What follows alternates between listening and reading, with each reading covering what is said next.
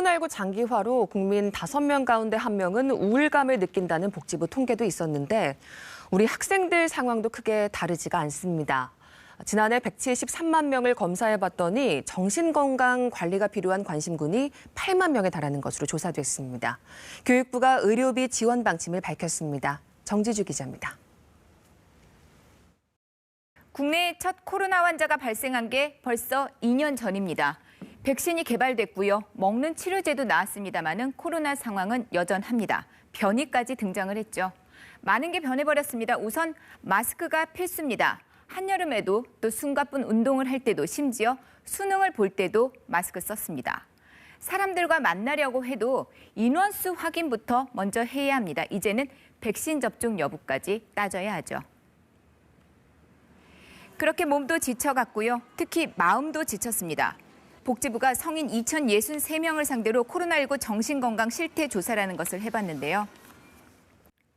그 결과 지난해 4분기 우울 위험군 비율이 18.9%로 나타났습니다. 쉽게 말해서 국민 5명 중 1명은 우울감을 느낀다는 얘기입니다. 그리고 우울 점수라는 게 있는데요. 총점이 이거 27점이거든요. 지난해 12월에 5.0점으로 나타났습니다. 소폭 낮아지기는 했습니다마는 크게 개선되지는 않았다는 평가입니다. 코로나 발생 전과 비교를 하면은요, 우울 위험군 비율 또 우울 점수 모두 이렇게 높게 나타나고 있습니다. 복지부는 코로나 장기화와 이에 따른 사회적 거리두기 역시 계속됐기 때문이라고 분석합니다.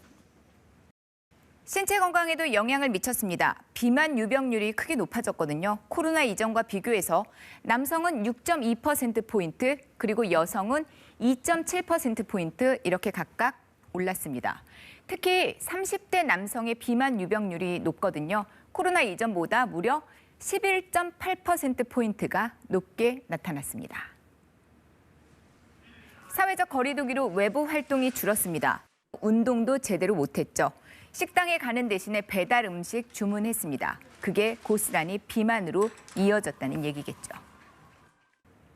청소년들은 어떨까요? 눈 뜨면은 일단 이 자가진단이라는 것부터 먼저 했고요.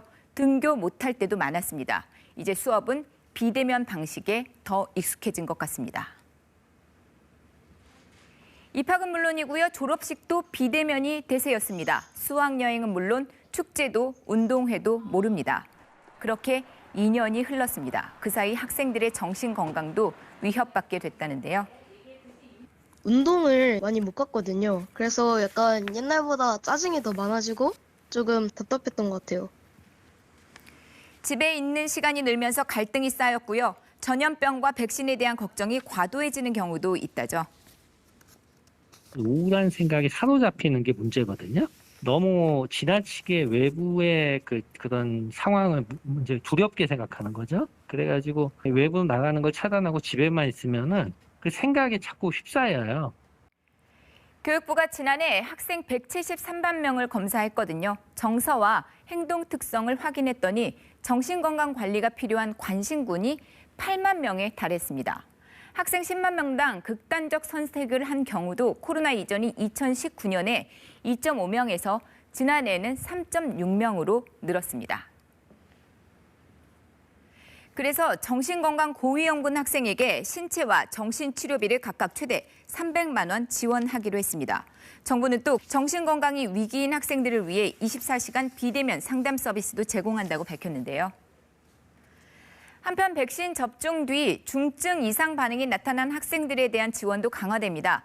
인과성 부족으로 국가 보상을 받지 못한 경우에 최대 500만 원까지 의료비를 지원하겠다는 건데요. 그 시행기간 다음 달부터 내년 5월 말까지입니다. 교육부는 코로나19 확산과 의료비 지원 요청 상황 등을 살펴본 뒤에 연장 여부를 검토하겠다고 밝혔습니다. KBS 뉴스 정지주입니다.